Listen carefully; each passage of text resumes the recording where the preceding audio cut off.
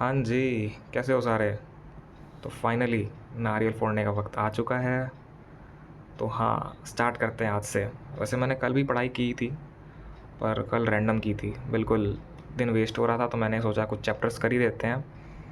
तो आज से प्रॉपर शेड्यूल के साथ, प्रॉपर प्लानिंग के साथ पढ़ना स्टार्ट करते हैं। तो मैंने पहले सोचा ना कि मैं भी वही करूँ, काइनेमैटिक्स से स्टार्ट करूँ 11th क्लास से, और मतलब फ़्लो के साथ चलूँ जो नॉर्मल कोर्स का फ़्लो होता है। पर नहीं, वैसे नहीं करना इस बार बिल्कुल भी।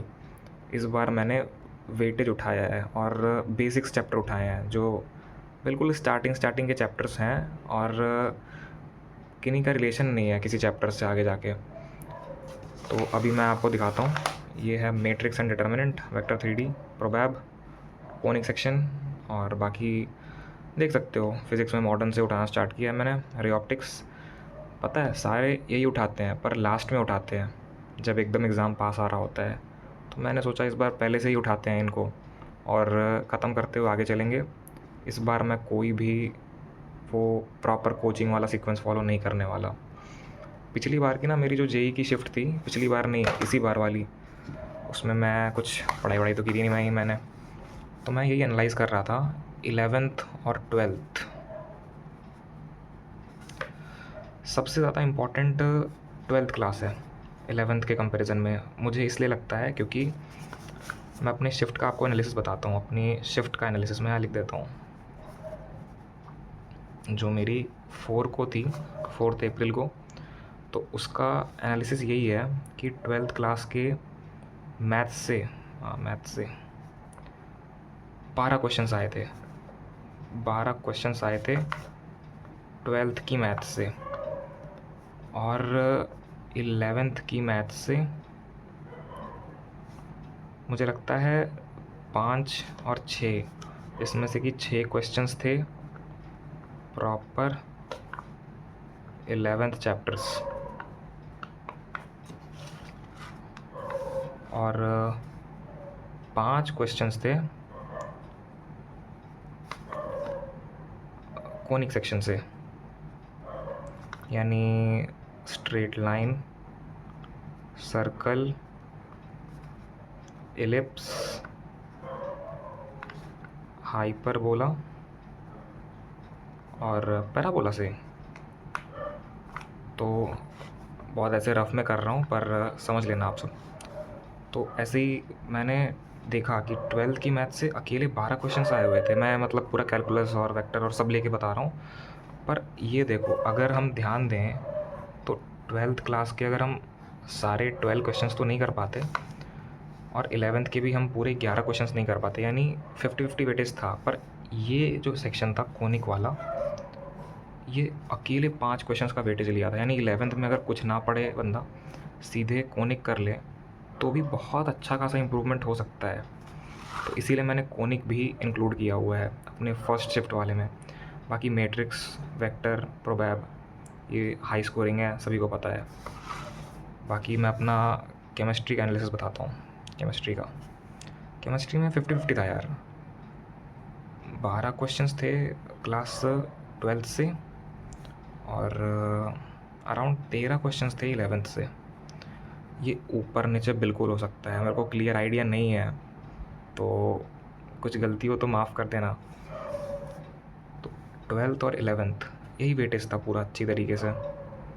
अब देखा जाए तो 12th क्लास के 12 क्वेश्चंस थे, 11th क्लास के 13 क्वेश्चन थे, यानी बॉन्डिंग से दबा के क्वेश्चंस आए हुए थे। तो अगर बॉन्डिंग कर लें और पीरियोडिक टेबल वगैरह कर लें, तो एक आइडिया बनता है कि आईओसी ख़त्म हो जाएगी 11th क्लास की पूरी ही, और मेन ऑर्गेनिक वगैरह आती है। मतलब देखा जाए ना तो 12th पोर्शन पे अगर मास्टरी करनी है केमिस्ट्री में, तो हमें 11th अच्छा करना पड़ेगा।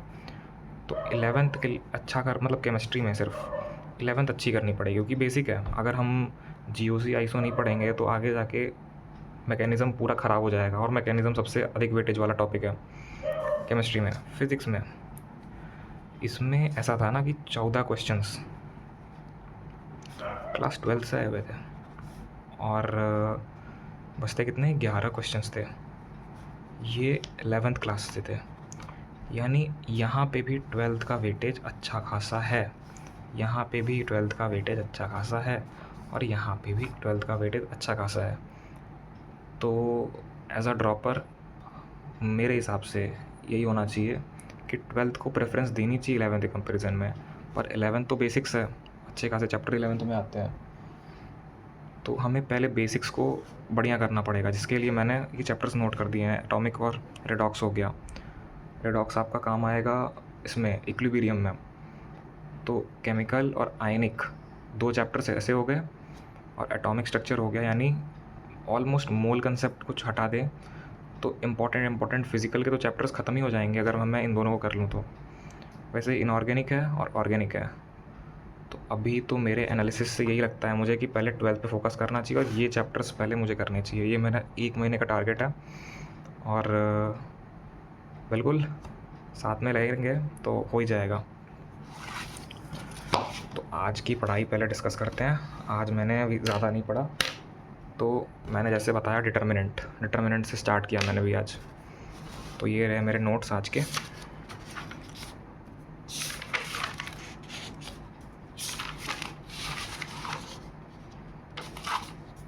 तो इतने थे। और GOC जो कल स्टार्ट कर दी थी, तो कल तो मैंने यहाँ तक किया था, कार्बन आयन तक किया था। आज electronic displacement effect, inductive effect वगैरह, और बस यहीं तक किया था मैंने। तो इंडक्टिव इफेक्ट मैंने आज पूरा निपटा दिया है और ख़त्म। यही था आज का पूरा मेरा। तो मिलते हैं कल नई अपडेट के साथ। आप भी अपना शेड्यूल मुझे कमेंट में बताना।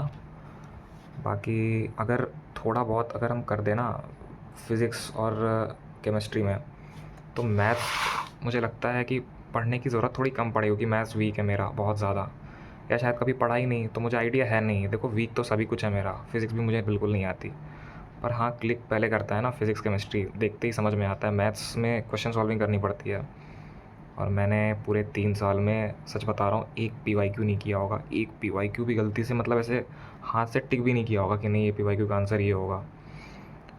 तो ठीक है भाई, रोने से कोई फ़ायदा नहीं होने वाला, मुझे भी पता है।